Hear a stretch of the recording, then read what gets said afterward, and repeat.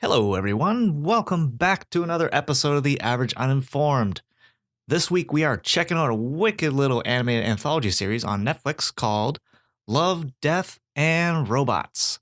So grab a drink, sit back, and enjoy. I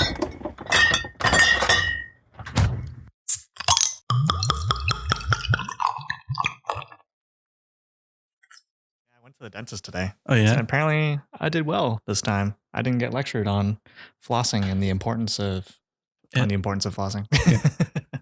Yeah, my dentist is nice because like when you fill out the form at the beginning of it, they give you like on a scale of like 1 to 10, like how much you actually care about your tooth hygiene. And so they judge it by that. Like if you put it like a 9 or a 10, then they're going to like recommend braces and they're going to, like, oh, maybe you want to do some whitening or something like that. If you put it down to like 1 to 3, they're just like, you're not flossing. It's just good that you're here. Like, yeah, that's good enough.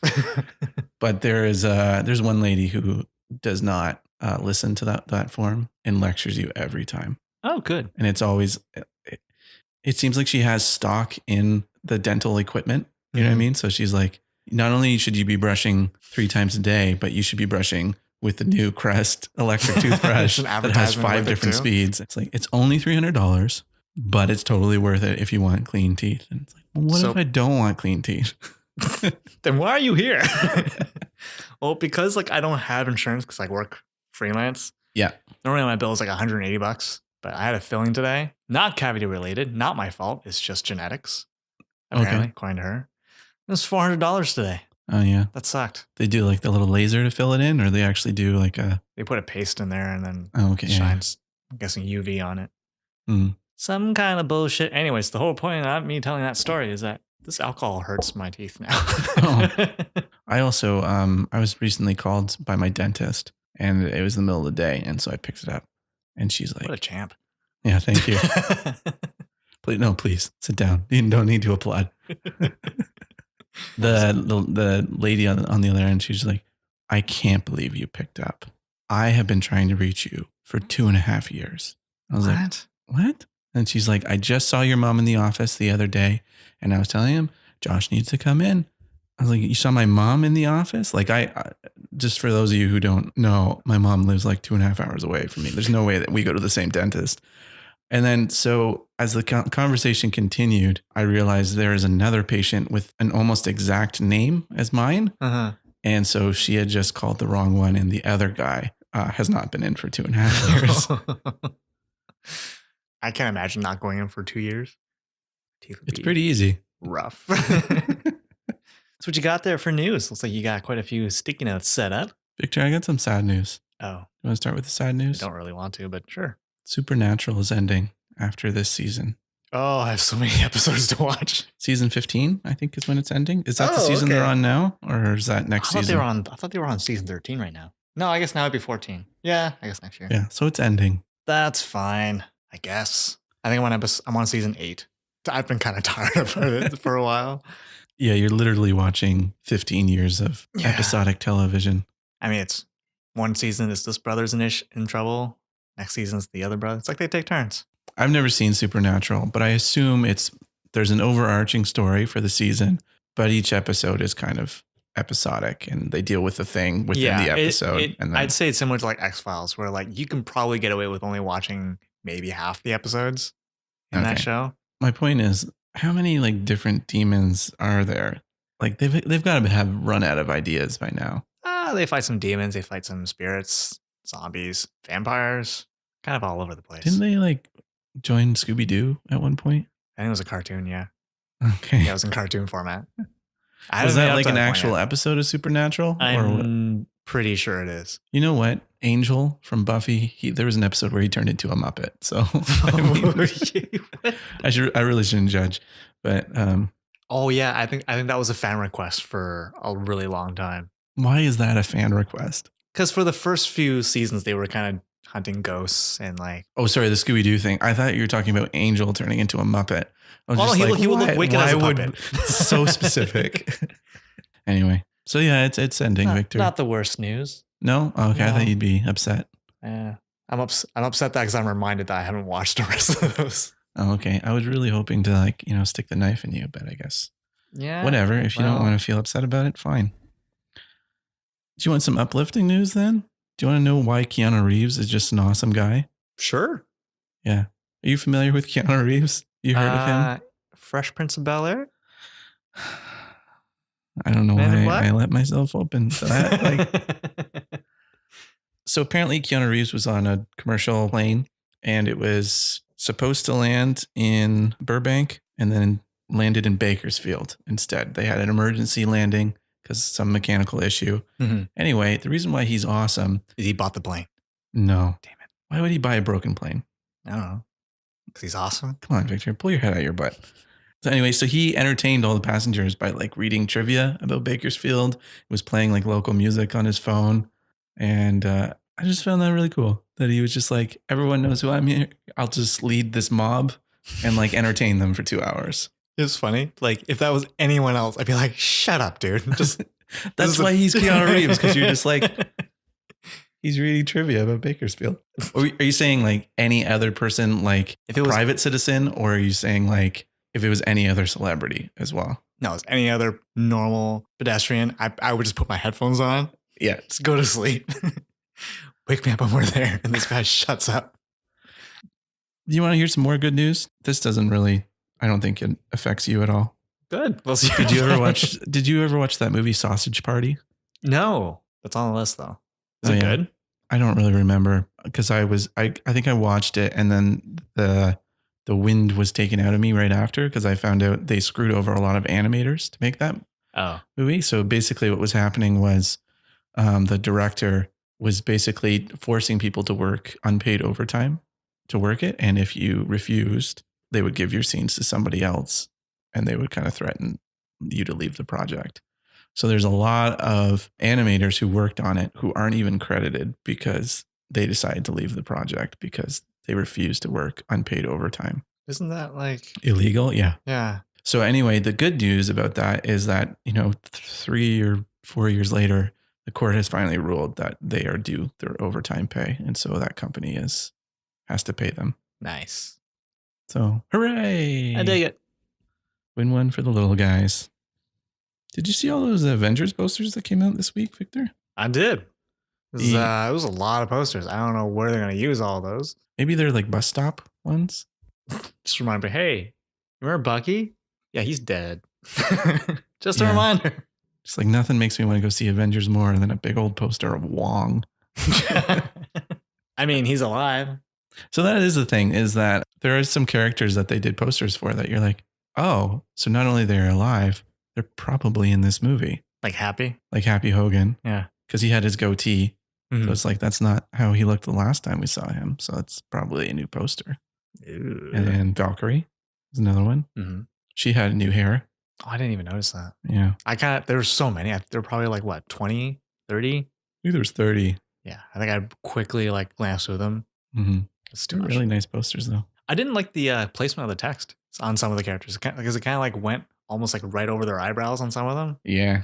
Anyway, you liked them?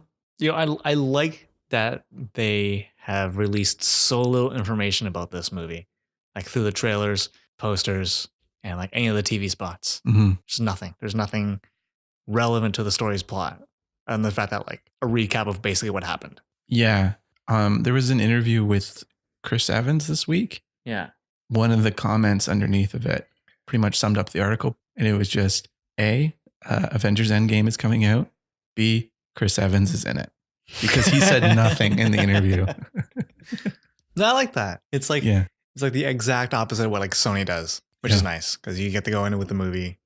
I like the idea of going into a movie knowing nothing. Yeah. One last thing. I want to just point out, I noticed this thing. I was watching an interview with Kevin Feige. I noticed he never says dead when he's referring to the characters that got dusted. Mm-hmm. He always says the characters that disappeared or the characters that were snapped away or the characters that turned into dust. He never says that they died. I just found that kind of interesting. I guess, yeah, that makes sense. I don't know. He's just a guy who's very careful with his words. So I just found that interesting. I mean, I'm sure maybe there is an interview out there that he's just like, they said they were dead. And feel free to point it out to me if you know of one. But I noticed that and I don't know. No, Thanos just has them all in like a Pokeball. Yeah. Every plant has a Pokeball. Or the Soul Stone. You never know. Nice shirt, by the way. Oh, thank you. You like it? I do. It says, I am Groot. Yeah. I dig it. Why is it purple? I just like having different colored shirts. So I was like, I don't have a purple shirt. This one comes in purple. Makes sense. Yeah. I like to wear bright colors on the top and beiges and grays on the bottom. It's a good rule. I dig it. Victor, I got some Eternals news for you. Did you hear about this? I like how I always just ask you, like you're supposed to read my mind and know what I'm about to say. Is it Angelina Jolie? Yes, it is. Yeah. Oh, yeah. I wasn't like I saw that today, and I wasn't sure if that was news or if it was just. Yeah. So because I don't know, that stuff comes out and I don't pay attention to it. Oh, okay. I wait for you to tell me. Okay. So it was the Hollywood Reporter that broke it. So that's one of like the major trade newspapers or whatever you would call them now because it's digital. Usually when they report it, it means it's pretty much a done deal. So they said that she's in talks for the female lead for Eternals. I don't know if I like that. No? Tell me why. I don't know. Like she's one of those actresses that like you see them, you can't help but think, oh, it's Angelina Jolie. Like I'd rather see someone else. Yeah, it's kind of like William Shatner or Nathan Fillion. Yeah, exactly. Like you see them in those roles. It's like it's not Steve, it's Nathan Fillion. Yeah. Rather see someone unknown, or at least someone with a smaller name on there. Okay, because I mean, it depends. She could act the shit out of it, and I would completely forget. Like I don't know if she was in like a minor role, I'd be okay with it. But like let's say for example, she played Wonder Woman. I wouldn't see Wonder Woman. I would see Angelina Jolie dressed up as Wonder Woman. Yeah, I get what you're saying, and I don't know if that would be the same case because like I would even argue that Robert Downey Jr. on some level is like I see him, but I don't know if that's true because he and Tony Stark are very, very similar. Mm-hmm.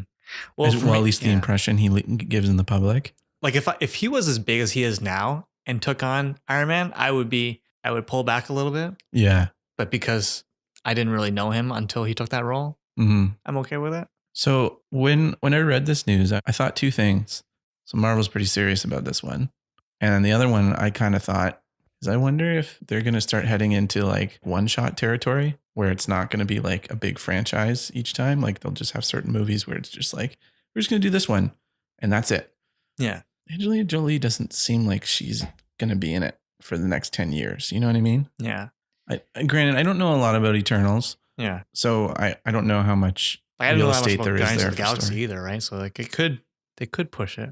I'm sure there's enough story and history back there to push that forward, but. Well, I was just also like thinking that and like Black Widow is coming out and it's going to be probably a prequel. I think that's the major rumor about it. Are they going to really do like 3 prequels with Black Widow? Like, are they going to do 3 Black Widow movies? Because at this point, like we've seen so much of Black Widow. Mm-hmm. I wonder if they had the same discussion with her as they did with like what they did with Hulk, which basically like, oh, pick your top 3 Hulk arcs, and then we'll try to work those in to whatever 3 movies that you're in. Right. But anyway, so that was what I was thinking about with that. But it's not confirmed which character she's playing. The thought is Cersei, which is one of the Eternals, but she could be Karen. You know Karen. All right. Who we don't know anything about because we're pretty sure she's a made-up character. I guess they lost Anthony Hopkins. They gotta have another big name on there, right? Yeah, and they're gonna lose Downey and probably Chris Evans. Look, guys, we have 80% of our budget left. Now that Robert Downey Jr. is done, we just have $50 million to spend. Yeah, that probably frees up quite a bit of money. I don't know. I think they've done pretty well with like casting relatively unknown actors and actresses, though. Mm-hmm. Victor, are you familiar with Jay and Silent Bob?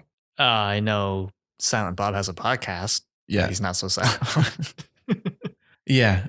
So Kevin Smith, who is the creator of Jay and Silent Bob, he just wrapped filming on his new movie, Jay and Silent Bob Reboot. He just wrapped up filming on it? Yeah. Did anyone know about this before? Yeah. Oh, I'm surprised you didn't tell me about this. Oh, okay. I didn't know how much of a Kevin Smith fan you were of his not. movies. You're not. Well, I don't know. I like him as a person based on his podcast, but yeah, some of the episodes of The Flashlight he's directed, I'm not a fan.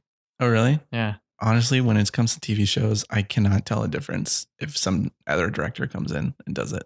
Well, I don't know if it's a coincidence, but like every episode he's directed of The Flash, Like Alan Grant. Is that his name? Alan Grant? That's the guy from Jurassic Park. Damn it. something Grant, isn't it? I don't know who you're talking about. The main character for Flash. Plays Flash. Barry Allen. Oh, Grant Gustin. Grant Gustin. There you go. I had one of them right. Like, he's pretty sappy on that show. But like, I noticed the episodes that he directs, he's extra sappy, and they lean into that a lot more. Oh, okay. Alan Grant. That's awesome. I didn't notice that. Oh. No, but usually I don't notice on TV shows. Like, because I remember there was an episode where Quentin Tarantino directed an episode of CSI. Oh, and I was like, oh, I got to check this out. But it was like pretty much the same.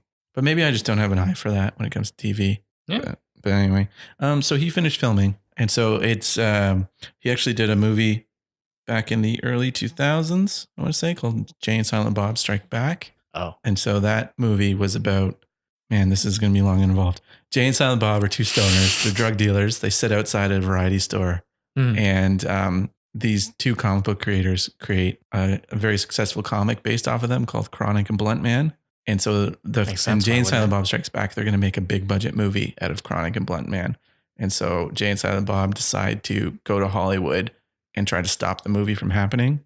And so Jay and Silent Bob Reboot they're making a reboot of a Blunt Man and Chronic movie. And so they're going back again to Hollywood to stop them from making it.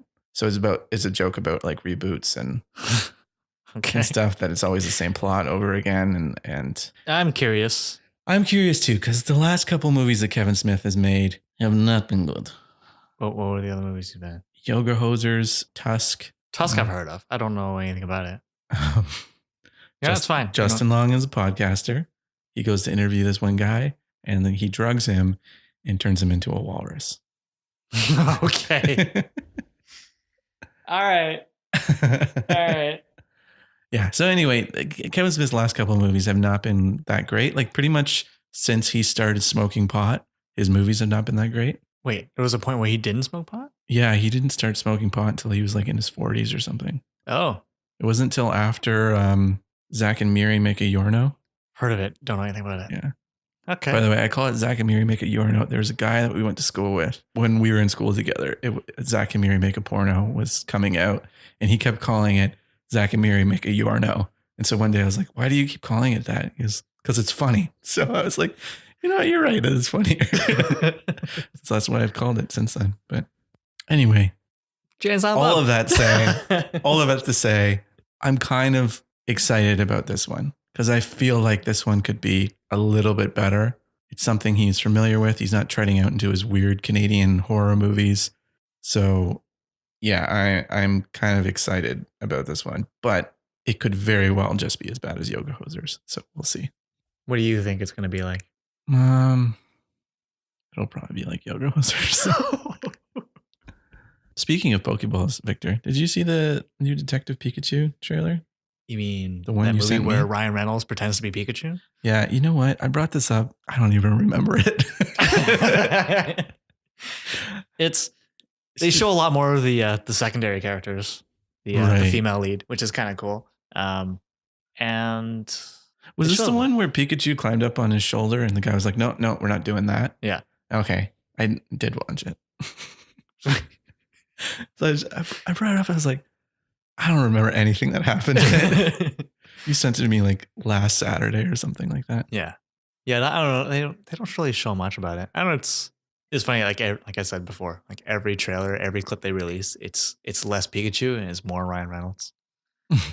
Like the next step would be him advertising his gin. Just turns to the camera. Drink aviation gin. That's it. We should get that sometime.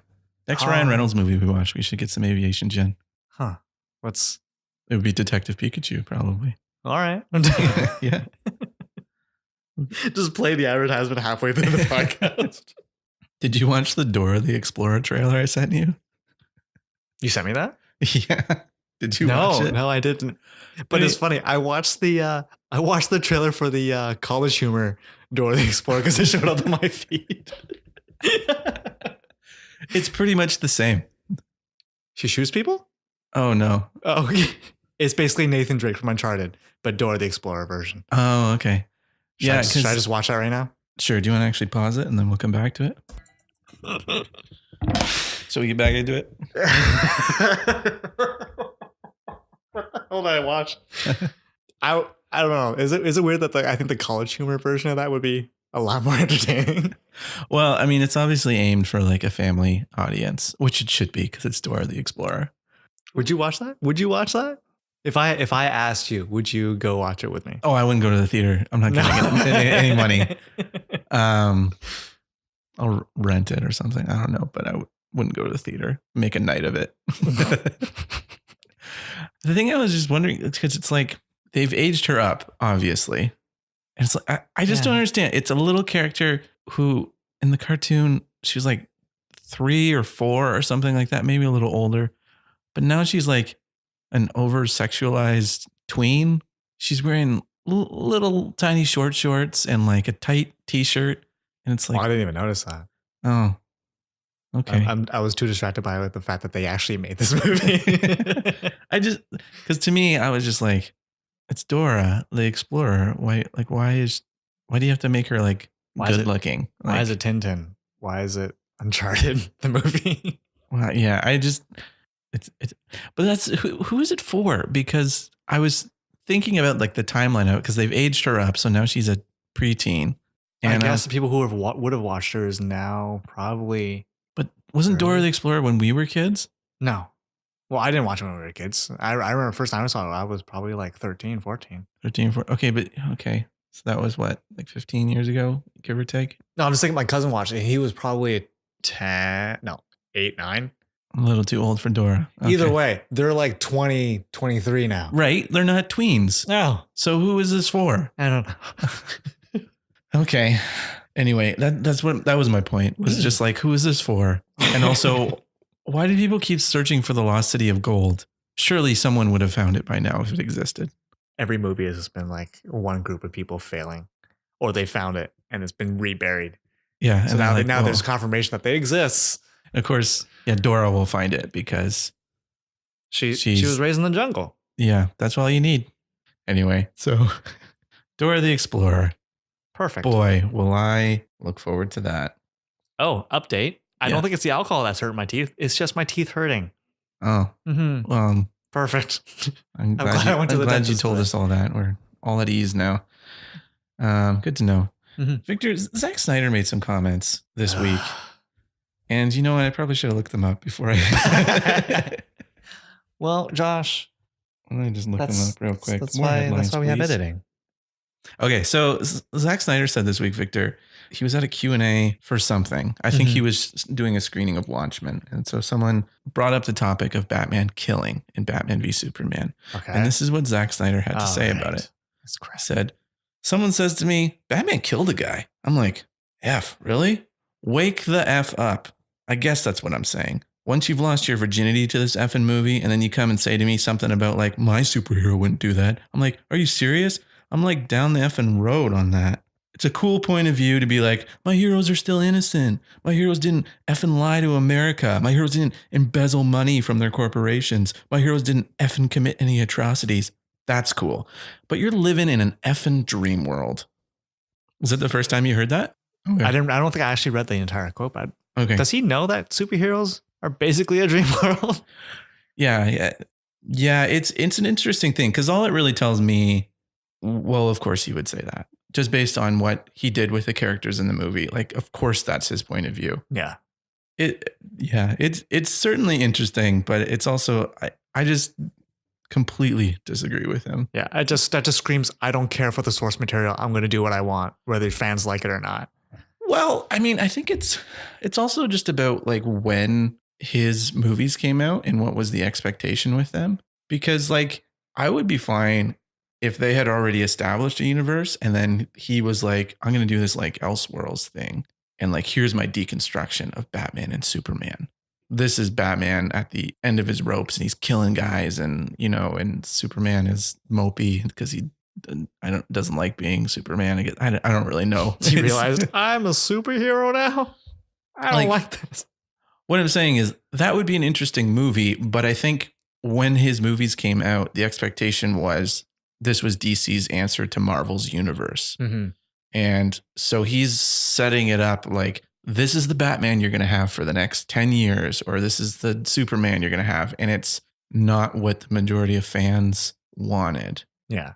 Also, I mean, like, he doesn't care, you know? Like, he thinks whatever he's going to do is going to be great. Mhm. Doesn't matter what the source material says for the character or whatever rules they have for that character is. Yeah. I don't know. For me, it feels like whoever directed, was it Bryan Singer? Like the fact that like those comic book accurate costumes are ridiculous that no one would want to see those. But that's all that fans have been asking for. And, like, we've seen Cap in his like spandex. We've seen Spider-Man in his like classic costume, and Yeah.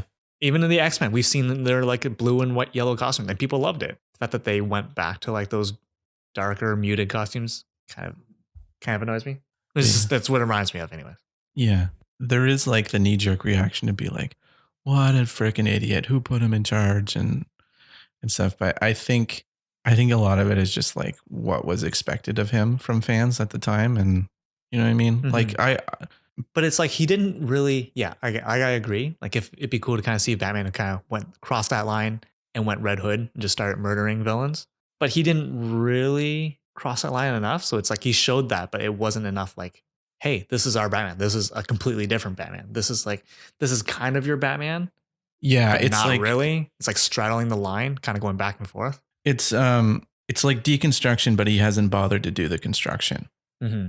Right? Does that make sense? Yeah, that makes sense. So it's like, yes, we do know Batman, but at the same time, you're introducing this character into this universe, and so it leaves the question of like, are you saying that this is how Batman is all the time, or is this like a dark moment in his life? Yeah, like a dip in his career. Yeah, and like it's the same thing with Superman, where it's just like, so is he always mopey, or is it just for us? Like, is he really charming in public, and and we just don't see that, or like what are you trying to tell us here? Well, I was kind of hoping that like you'd see him kind of dark and mopey and like kind of brooding in the first Man of Steel. Mm-hmm. But then like the second movie, we would have seen him by the end of it, the way he acted in Justice League with Joss Whedon's refilm, where he's all like lighthearted, positive. Yeah. Do you have any other thoughts on Zack Snyder's thoughts? I'm glad he's not there anymore. Yeah. I'm assuming he's not there. He's not there anymore, right? No, I think he's done. Good. Anyway, shall we move on to the topic? Topic of the week? Yeah. So we watched Love, Death plus Robots. And how many episodes were there? 18, 19, 15? 18, I think. 18. If you're unfamiliar with it, it's an animation anthology series that was released on Netflix, I think 2 weeks ago, something like that. And so it was created by Tim Miller, who is the director of Deadpool, and David Fincher, who is a pretty famous director. But if you don't know his work, he directed Fight Club, Seven, Gone Girl, didn't know that. Zodiac, those types of movies. So yeah, they created the show together, and so it's just 18 episodes. They're not linked to each other at all. No. What's interesting too is that like they're not like a typical TV show length. Some of them are like 8 minutes. Some of them are 13. Yeah, so they're basically, it's 18 short films. Yeah, and yeah, they range from 10 to 20 minutes each. So it's an interesting format because I don't know if this is true, but I read somewhere that those 18 episodes, 4 or 5 different, I guess, playlists for them. So like your episode 1 might be my episode 5. Oh, okay. It might be episode 3 for someone else. Like there's 4 or 5 different, I guess, order of episodes that they come in. What would be the reasoning for that, do you think? I have no idea. Do you think it's strictly like for conversation starters? Like, oh, maybe. Have you gotten to this episode yet? Or I don't know. Like if anything, it's actually kind of a hindrance. Because like I was watching it with a friend and like we watched, I think 4 episodes, and then she said she watched up to episode 8, but like if different it's true, episodes, yeah. Like luckily hers and mine were the same. Maybe it's done by region, because yours and mine were the same too, right? Yeah. Not that it matters. But no. But what did you think of the show in general? In general, I think it was pretty cool. I liked the short format. I liked the variety of animation styles. It ranges from 2D to like 3D to almost like photorealism. To some, and there was some that were like very like almost reminding you like Samurai Jack. Yeah, all sorts of different styles. Yeah. So it was really cool. I wouldn't say anything was bad, which is I think you kind of owe that to like the duration of the films. Like there's nothing that was long enough that had the opportunity to be bad.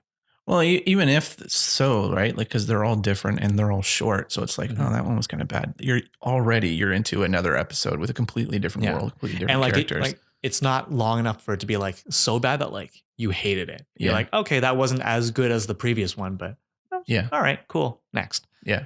What were you? What did you think? I really liked it. It's a cool experiment. I wish they would do more shows like that. It really reminded me. Did you ever watch The Animatrix?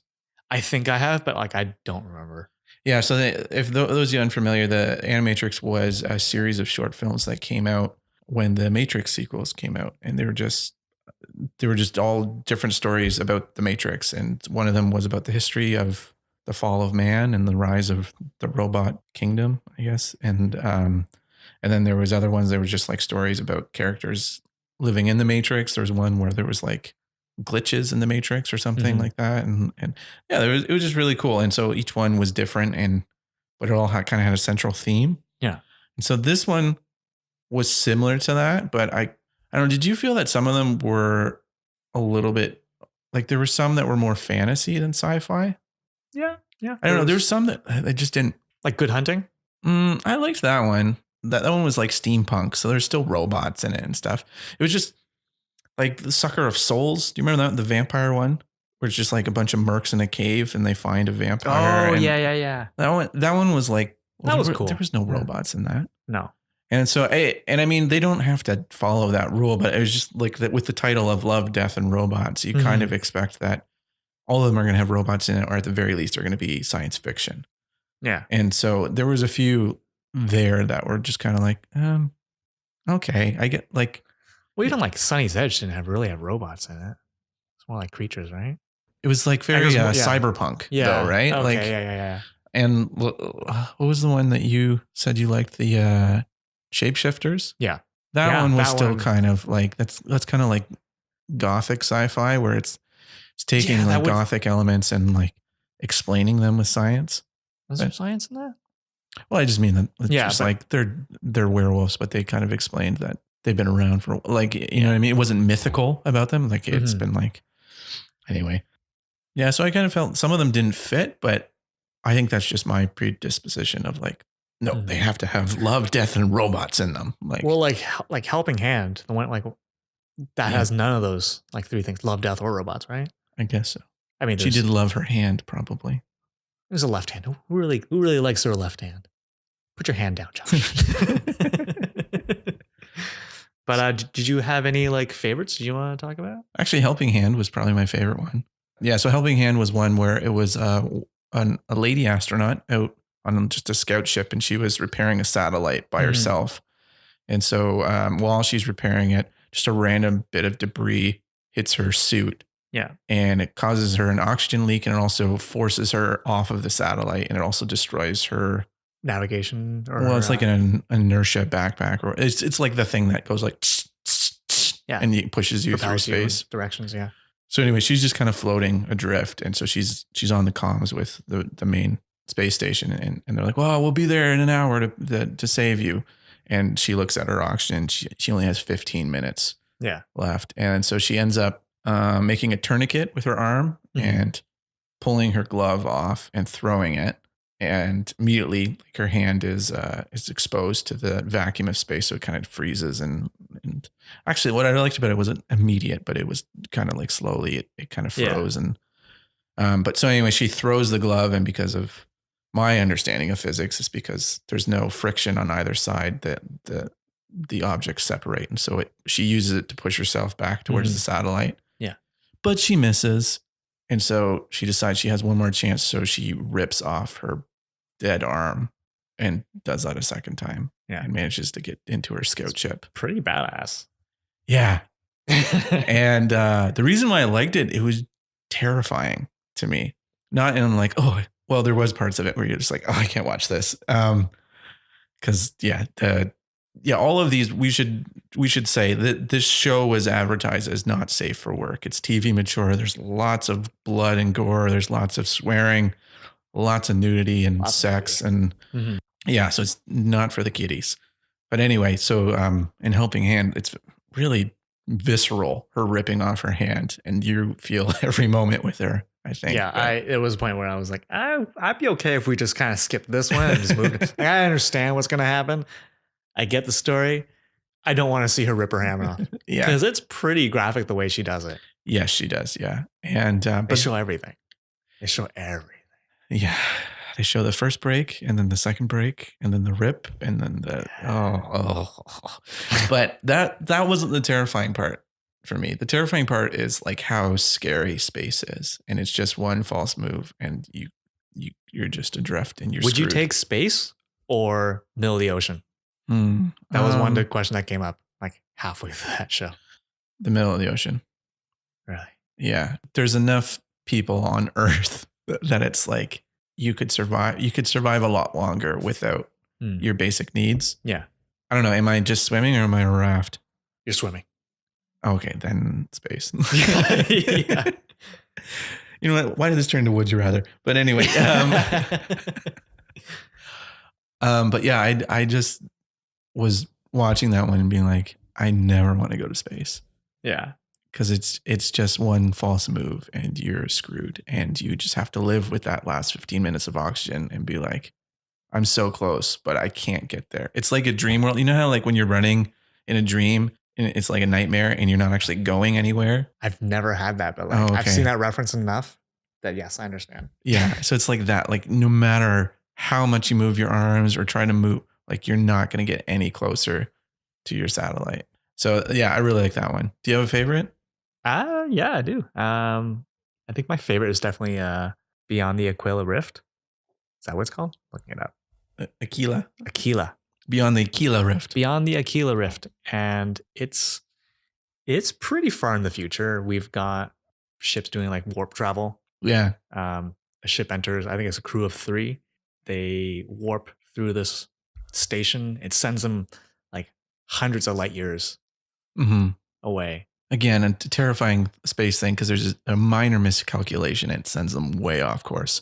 I'm curious like what that minor calculation is, like the equivalent of like I typed in London, UK instead of London, Ontario. Like is that like that minor? Well, just think of it like, okay, say you were going to walk to London and you were never going to turn, right? So if you just go, okay, London's straight ahead of me, but really maybe it's a little bit to your left. By the time you actually get to where it should be, like you're like way off, right? So I imagine it's like that. They're so far off. They were so it's just far a few degrees off, right? But I don't know, like it's the guy, like the captain wakes up and he's greeted by, I guess, an ex-lover from what they've communicated through that show. And they're like, oh, you're very far off course, but you know, we'll entertain you until we figure out a solution for you. Yeah. And then it turns out that he wakes up in a pod. To quote Zack Snyder, they're living in an effing dream world. Yeah, he wakes up and he's confronted by the creature which was posing as his ex-lover. And it's like some spider-looking creature. Yeah. And basically she was trying, like the entire time in that dream world, she was trying to like comfort him. Like really crazy visuals for the real world. Yeah. Because he wakes up and he's just emaciated. Like he's just skin and bone and like disgusting. The station looks like it looks like a cobweb of like a spider's nest, but in space. Yeah. And it like the color palette was kind of cool because like when they're in that dream world, like the space that he's used to living in, it's like blues, purples, like grays. Very cool colors, right? And then they jump to like the real world situation where there's like the spider's den and it's like oranges, browns, reds. It's jarring. It's cool. It reminded me of Dead Space a little bit too. Oh yeah. Yeah. It reminded me of that black hole movie, Event Horizon. Like that was kind of the feel it had for me. But there's a cool reveal of the creature too. Yeah. Where it's like, it's coming out of a cave. It's coming out of a cave and it kind of looks like a sexy woman walking. But then as it comes out, like you just realize that's the front of the head. And then it kind of reveals more and more. But it's kind of cool because it like, from what my understanding is that like he wakes up in his hibernation pod and he's greeted by his ex-lover, but that simulation like loops. Yeah. So he's probably been in that loop for hundreds of times, hundreds of intervals. Yeah. I really like this one because this one was done. This was one of the photoreal ones. Yeah. And there is a scene in where the girlfriend or the ex-lover is crying and if you had just shown me that shot and didn't tell me anything, like you could easily be mistaken for live action. Like it was done so well. Like she had like peach fuzz on her face. You know, how some girls have peach fuzz on their face, and then you know, like just the reddening of her cheeks and her eyes as she started crying and stuff like that. But yeah, it's a good demonstration of where we have, where we've come with CGI and just technology of, I guess, photorealism in like movies. Come a long way since Toy Story. I can hardly tell the difference between and this one has like a hardcore sex scene in it. Yeah, it was like, it would be hardcore if it was live action. Yeah.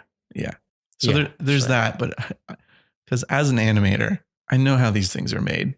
And every time I see like something like that in an animated movie, I'm just like, somebody had to animate this. Somebody had to animate his butt hair. Like, so honey, how was work today? You don't want to know. Oh yeah. Yeah. And that was the other thing. It was with this episode, because again, all of these episodes are labeled not safe for work. Did you feel that some of them were just like, oh, we're not safe for work? You shouldn't have told me that. I'm going to go like full on extreme not safe for work. Yeah. That one in particular, I was just like, do we really need this like 2 minutes out of the 10 of them just banging?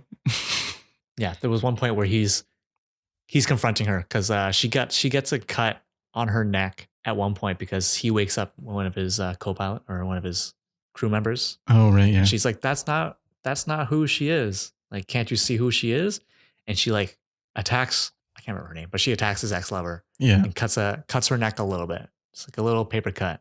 And that night the cuts disappeared. So he like confronts her and he's like pushing her up against the wall, asking her like if that was true or whatever. And like every time he like smashes her against the window, you see a glimpse of the real world kind of popping in. Oh yeah. That was really cool. Yeah, and like that was my favorite part of that. That's fair. You got another one? I do have another one. I liked Lucky 13. Yes, actually I really like that one too. So Lucky 13 was another one of the photoreal ones. It was about a rookie pilot who was basically, when you're a pilot in this universe, you are given the worst ship as your first ship. Yeah. And so she was given one that was dubbed Lucky 13 because it was bad luck. Its call sign was like 13, 23, 13 or something like that. So it had, anyway, the whole point was. And all the numbers in that call sign would add up to 13 as well. Right. Yeah. And so it was just like all this bad luck. And she was saying that pilots are superstitious, and its previous 2 missions, the entire crew had died, but it still managed to have come back and stuff. And so she's really skeptical about it. And she meets the engineer who's going to be her co-pilot. And, well, like the first time she gets to the ship, they're hosing up the blood. Yeah. And like one of them has a hand in it, right? They're just hosing out a hand. But her engineer kind of, I forget what he says, but he makes her kind of change her attitude towards it. And so she's kind of like, oh, okay, well, like, I'll be happy to fly this ship. And so they go off on a mission, and she ends up being the only one who survives like that ship. And then she saves everybody with the ship, and they manage to get out. And it's with her crazy piloting, and the ship itself helps. And they get back, and slowly over time, they do the like ship 10 missions or so, something like that. And the ship becomes, instead of bad Lucky 13, it becomes a good Lucky 13. Yeah. And then the final part of the episode is it ends up destroying itself and saving them. Yeah. So they crash land, they get shot down. The crew evacuates. She stays on board. She tries to take out as many of the enemies closing in on them. Yeah. And then she ends up putting like a self-destruct on the ship. She runs off, but the ship doesn't self-destruct at the time that she thinks it's supposed to. And the enemies kind of jump all over it, kind of using it as like a high ground cover. Yeah. So that's at that point, once they're all on the ship, that's when it explodes. Yeah. Because in this universe, all these planes have like an AI.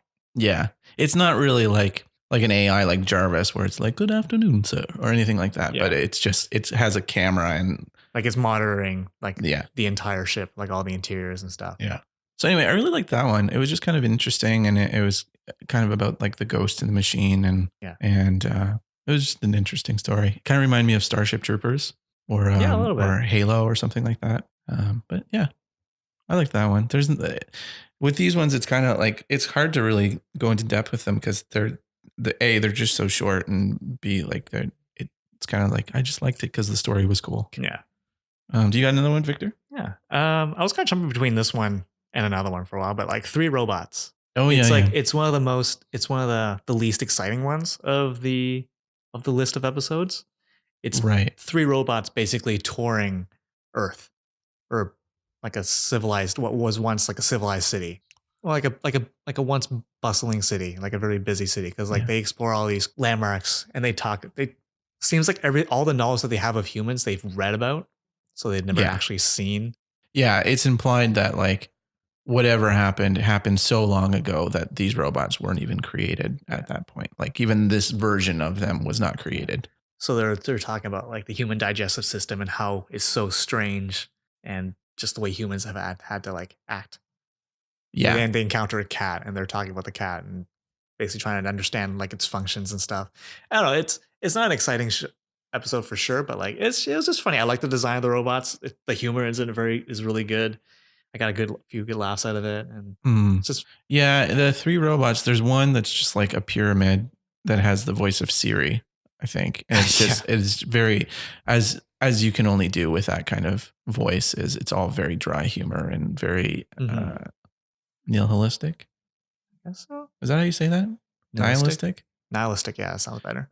Nihilistic point of view and stuff. And then there's a big tall one that was played by, I can't remember his name now, but he played Bebop in the last Ninja Turtles movie. Oh, okay. I recognize the name. I remember seeing it's it. like I'm thinking Gary Richardson or something like that. I can't remember his name.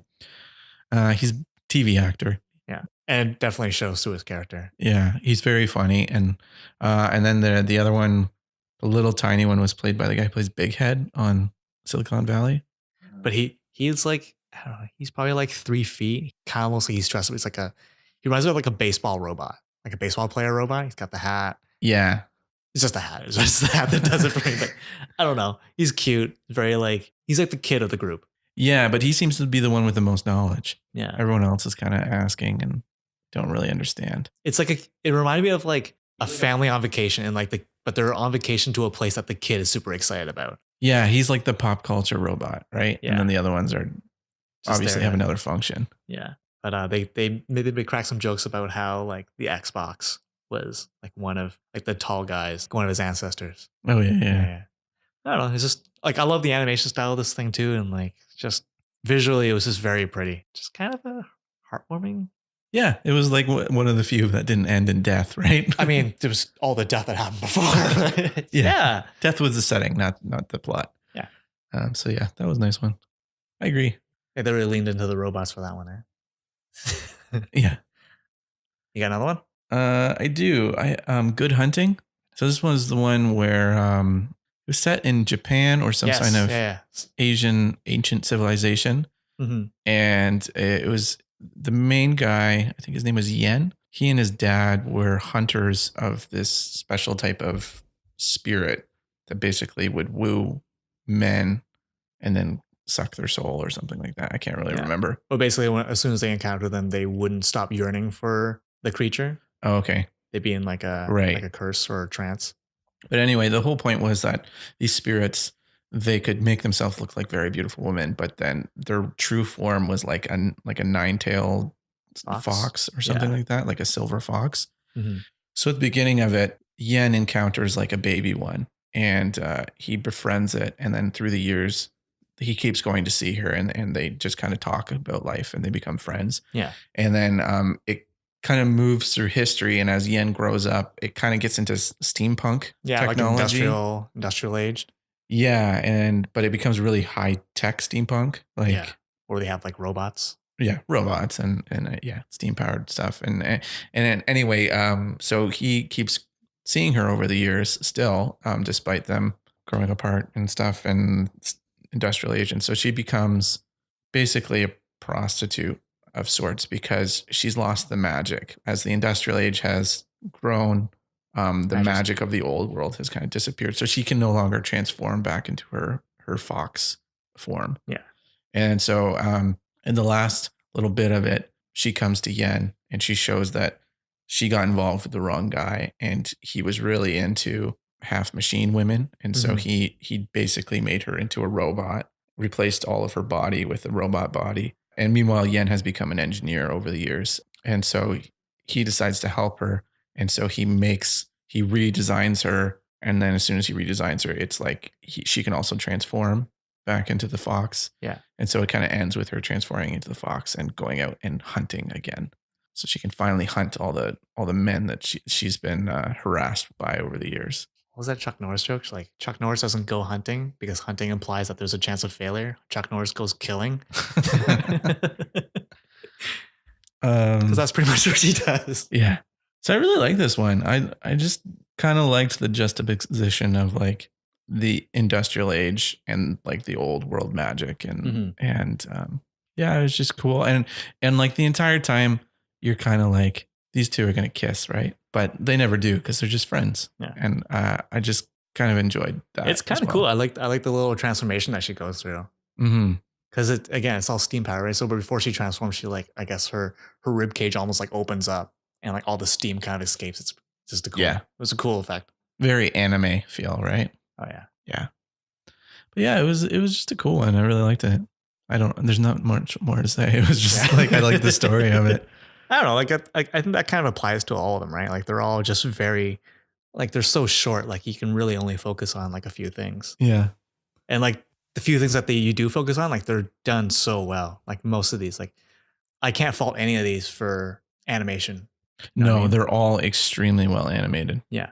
Story wise, like they're all pretty good. Like for what you have room for in 10 minutes, none of them feel like crammed or I don't know. I don't know what a better word for like empty is. I agree with you that like a lot of them felt like they were all very airtight as far as like story, like narrative. The only one I remember was what's it called? Beyond the Aquila Rift. Yeah. When she comes onto him hard. I was just like, well, that happened fast. But again, they only have like 15 minutes or whatever. So it's like, all right. It's been a while. And I guess it's space and it's like, how often do you see an old friend? Yeah. And it's lonely up in space. In fact, it's cold as hell. And I think it's gonna be a long, long time. Touchdown brings me around.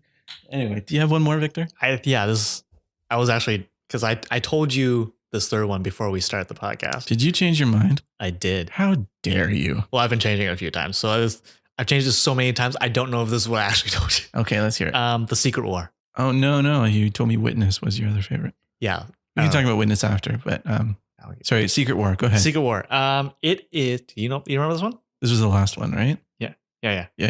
It takes place in Russia. Yeah. Russia. Somewhere in Siberia. Yeah, somewhere in Siberia. I guess the setting is like, this is like World War II, I'd say. Probably. Like somewhere in that era. And they're basically defending towns from creatures. But you find out later that someone had summoned demons to fight this war. And the demons ended up just murdering the guy. And he just basically unleashed a horde of demons. Yeah.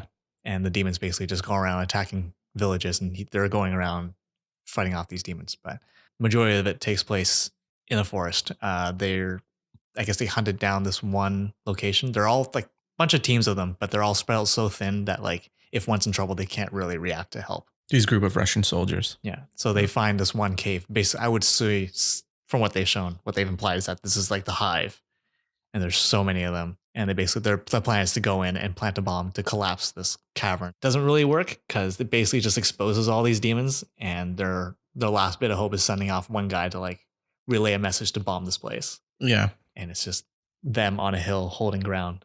Yeah, the last stand. Yeah. Yeah. It's pretty cool. I really liked it. I like World War II theme stuff. You do, yeah. And the demons kind of just a bit of all that devil may crying. Yeah. Just kind of like, oh, yeah, I can relate to this. Yeah. So yeah, that was one of the ones that I was talking about earlier where it's a little bit more fantasy. So like it to me, I'm just no robots in this. Like, but just a lot of death. Yeah, lots of death. But I like this one because it kind of like for the first half of it, like it's you see them fight off a group of demons, and then a good chunk of it is them as a team kind of bonding. Like one of them finds an instrument and they're all kind of huddled in this like shot down plane. But I don't know, it was kind of cool. I like seeing that kind of relationship between soldiers, and the settings is cool. And yeah, it was cool. And again, it was one of the photoreal ones. So, like they looked, everything looked phenomenal. Like even the cold effects, like everybody looked cold. Yeah. Like nobody was going like like that, but like there was just enough on their face, like redness of their nose and cheeks and ears that you're just like, yeah, it's cold there. I will say this might be my only complaint, is that the names that they picked for these Russian soldiers were very generic. Like Sergei was one. Yeah. I can't remember the other one, but like I remember hearing that and it's like, really? Come on. Do you know there's only 4 Russian names? Oh, is that why? Yeah. Yeah, I liked that one too. It wasn't my top 3 or anything like that, but yeah, it was a good one. And The Witness was the other one I was kind of going back and forth between. The Witness was really cool because the animations for it reminded me of Into the Spider-Verse. Yeah. It had a lot of texture, had a lot of like vibrant stuff, but it had a lot of like that hand-drawn look in some scenes, in special effects anyway. Yeah. So basically that one was, this girl is getting ready for her job and she looks out the window across the street and she sees a guy murdering. Yeah, she's like, she witnesses a murder. Oh, is that why they called it that? I don't know. I think it's just the coincidence. Oh. Huh. Anyway, so she witnesses the murder, and so the guy looks up and he sees her, and then so the entire thing is him chasing her around town. Yeah. And then finally she does a big loop and she runs into the building that he was in. Yeah. And she, the only door that she can get open turns out to be his apartment, and he comes back home. He finds her in there, and there's a confrontation, but then she kills him. And then she looks out her window to where her bedroom window was. Yeah. And she sees the killer there, and he has just witnessed her killing him. And so it's all just a big loop. Yeah. They just take turns killing each other. It's very Hitchcockian. Like the basic story of like, oh yeah, that guy killed someone. Now he's after me. And that's all, that's all we know about these characters. But like the entire time that guy is chasing her, he's basically asking her like, hey, let me explain. Wait, like, please stop running. It's kind of cool because you'd be curious, because you're curious the entire time. It's like, why? Like, he's not aggressive towards her. Like, why is he's chasing her down? I mean, yes, but that wasn't one of the other ones where I was like, does she need to be naked while she's running around? Like, because she's wearing just like a silk kimono and it's wide open for the entire chase scene, and she's just running around, butt in the wind. I mean, you gotta put the sex in there somewhere, right? It's love, death, and robots, not sex, death, and robots. Same thing. Oh, okay. Did you want to just like kind of name off each episode and we'll just say a quick thought about each one, or sure? I have the list here. Let's see. We won't explain them. We'll just kind of say if we like something about them or something. By the way, spoiler if you haven't seen it. 10 minutes. What is there to spoil? I'm kidding. I'm not gonna. We spoil everything, Victor. All right. Sunny's Edge. I liked that one. That was the one with the Fight Club with monsters. Fight Club. That one. Because that was my first episode, and so there were scenes where the monsters are just like tearing pieces out of each other, and I was like, "Oh, that's so cool." Oh, that's what they meant by Suits. Basically, the farmers. Oh yeah, I liked that one. That reminded me of like a tower defense game or something like that, or a little bit StarCraft, but more. It kind of had more of a Warcraft art direction. You know what I mean? The characters reminded me of like very stereotypical like Blizzard characters. Yeah, like very like, what's that game everyone plays? Overwatch. Yeah, fantastic game. But yes, 100%. Yeah, perfect example. I mean, and that one, I think we've talked about it before, but like from like a character design point of view in animation, if it's going to be that cartoony, like I have been taught that you need to be able to tell everything about that character just by looking at them before they open their mouth, like from the way they look, the way they dress, the way that they stand and hold their weight, even the way they move, right? Well, yeah.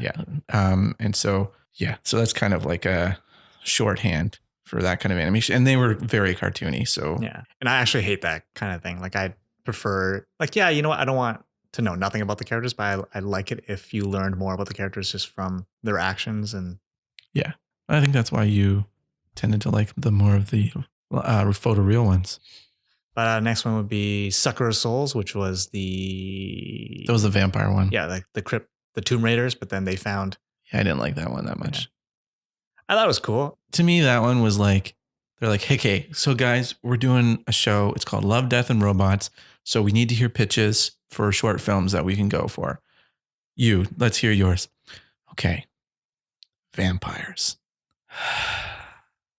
What does that have to do with love, death, or robots? Well, they kill stuff. Huh? They kill like 4 guys. So is there going to be like, is it going to be high tech or anything like that? No, it's just going to be like, takes place right now. They have a flashlight, some guns. And the next one is When the Yogurt Took Over. Oh, I like that one. It was kind of cool. Cute. This was the other like lighthearted. Basically, they create life through yogurt. Yeah, and they solve all of the planet's problems, like our debt. I was expecting at the end to be like some kind of like repercussion or like some demand that the yogurts have or like some secret plan. They're just not really. It reminded me of Hitchhiker's Guide to the Galaxy. Never seen it. Oh, okay. I really need to watch that. Or you do yourself a favor and just read it instead. Is that better? Yeah, the book is a lot better. Yeah, I like that one. That was cute. Let's see. The Dump. I think this might have been my least favorite. Yeah, I didn't like this one. Yeah, it's cool. But yeah, a lot of dongs in it. Actually, it was just one dong, but it was a lot of dongs. It was a lot of that man's dong. Yeah, it's fine. Shapeshifters. Did we mention that? No, we didn't. That's the one with werewolves, right? Yeah, that's the one with so that one was kind of cool. Yeah, it's basically. It was really disgusting too. The fight scenes were really gross. That was really cool. When they finally, that's about dog soldiers basically. If you saw that crappy B movie Dog Soldiers, it's basically that. But yeah, there's two guys who are werewolves it's basically like the U.S. military in the Middle East, but because they have like heightened senses, they can see far, they can see in the dark, they can smell out their targets and stuff. And they heal fast and stuff. But there's a wolf fight at the end, and I really liked the transformation. Yeah. It was just like their body expands underneath, but their skin, like the human skin, just kind of rips like it's like the Hulk ripping out of a shirt. Like it's gross. And like at one point he rips like his human's face off, almost like a mask. That was pretty cool. That one is really gory and really like gross gory. Like there's a part where one of them like slashes or bites his arm and it's just hanging there, right? It's literally just like you just see the bone and just there's barely any tendons or muscles left. Like, oh, it was gross. It was funny when I watched that scene when he was transforming. I was like, oh wow, he just ripped off his skin. That guy has nice skin in real life. Just sheds it every so often. What was the other one? Fish Night. Didn't like that one. Yeah. Lucky 13. Zima Blue. Oh, I like that one. Yeah. Cool idea. Cool animation style. Yeah. Yeah. This one's the one that reminded me of Samurai Jack. Oh, this one reminded me of the Animatrix, specifically it's the one with there's the marathon runner, and his like leg explodes while he's running, and then anyway, it's a whole thing. If you remember what I'm talking about, it really reminded me of that. But any more, Victor? Blind Spot. Oh, was that the one with the robot heist? Yeah, going through. That one was fine. I didn't like the character designs for those ones. No, this one kind of like this was like mediocre. It's like in the middle of the stack. I was like, yeah, that's fine. Meets expectations. What's next? Yeah. Yeah. Ice Age. That was the one. Topher Grace. Topher Grace. Yeah. So this one had live action elements. There was animation in it, but very little. I actually thought this one was probably like the heaviest for not the heaviest for, but like heaviest for like design. That's right. Yeah, because they go through all the ages of a city. Yeah, like millions of years. They move into an apartment. There's a freezer that's left there. It's still plugged in. They open it up and it's just full of shit. But they find out inside is like a civilization that's moved from like what? I don't know, like industrial age through to like future. They start launching nukes and they blow themselves up. And at the end, they kind of start over again at the end. Like, I don't know. Yeah. Whatever. It's cool. It's fine. Yeah. I like the little sped up animation of everything growing. It's neat. Alternate histories. I like that one. Yeah, you did. It was funny. That one was an app to show what would happen if you changed one thing in history. And so the app was in demo mode and it showed what would happen if Hitler died when he was in his teens or something. Yeah, but like that. throughout different, throughout parts of the day. So if he died right after he left the library, or like right after he left across the street, or right after he got to the park. It's like different ways of death. And it was silly. Like there was one where he gets stuck in a giant jello, and like another one where he dies from orgy or something like that. Oh, yeah. There was the sex or love. Sorry. Yeah. And that's it, I think. Yeah. That's it. I think that's covered well. Okay. Well, would you recommend Love, Death, and Robots, Victor? 100%. It takes so little of your time. You should watch it. It's like what? It's probably like 3 hours altogether, but that's maybe exaggerating. Yeah. Yeah. Yeah, I'd say about 3 hours. Yeah, you could probably sit down and watch them all in a night, but I wouldn't recommend it. It's kind of nice to digest them. Yeah. Not one by one, but maybe a few at a time. Yeah, 6 at a time. 6 at a time? I watched like 3 or 4 at a time. For me, it was like, I watched 4 and I stopped and I was like, I kind of want to watch more. I see. Yeah. Oh, what do you think? Oh, yeah, definitely recommend it. Yeah. Especially if you're an animation nerd. Lots of cool stuff there. Yeah, I'd say even just in like the art field, because like there's a lot of cool visuals, a lot of like, I don't know, keyframes that just look pretty. Yeah, there's incredibly well designed shorts. So, yeah. I'll wrap it up there, I guess. Anything else to say? No, I got nothing. I said my piece. Go watch Love, Death, and Robots. Do it. Do it. Hey, do it. Anyways, thanks for tuning in this week, guys. If you have any comments, leave them in the comment section. And if you want to get in touch with us directly, you can contact us at averageuninformed@gmail.com. If you liked what you heard, tell a friend. Next week, we're going to talk about Shazam. Shazam! Yeah. I'm actually really excited for this movie. Yeah, it looks good. Yeah. Anyway. And talk to you next week, guys. Bye. Bye.